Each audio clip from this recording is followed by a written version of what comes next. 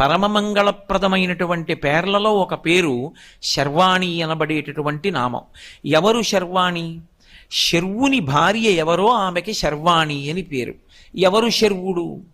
శర్వుడు అన్న మాట విష్ణు సహస్రనామ స్తోత్రంలోనూ ఉంటుంది, పరమశివుడికి ఉంటుంది. శివుని యొక్క అష్టమూర్తి తత్వంలో శర్వ అని ఒక నామం. భవాయ దేవాయ నమః, ఈశానాయ దేవాయ నమః, పశుపతయే దేవాయ నమః, రుద్రాయ దేవాయ నమః, ఉగ్రాయ దేవాయ నమః, భీమాయ దేవాయ నమః, మహతే దేవాయ నమః, శర్వాయ దేవాయ నమః అని క్షితిస్వరూపుడై ఉంటాడు.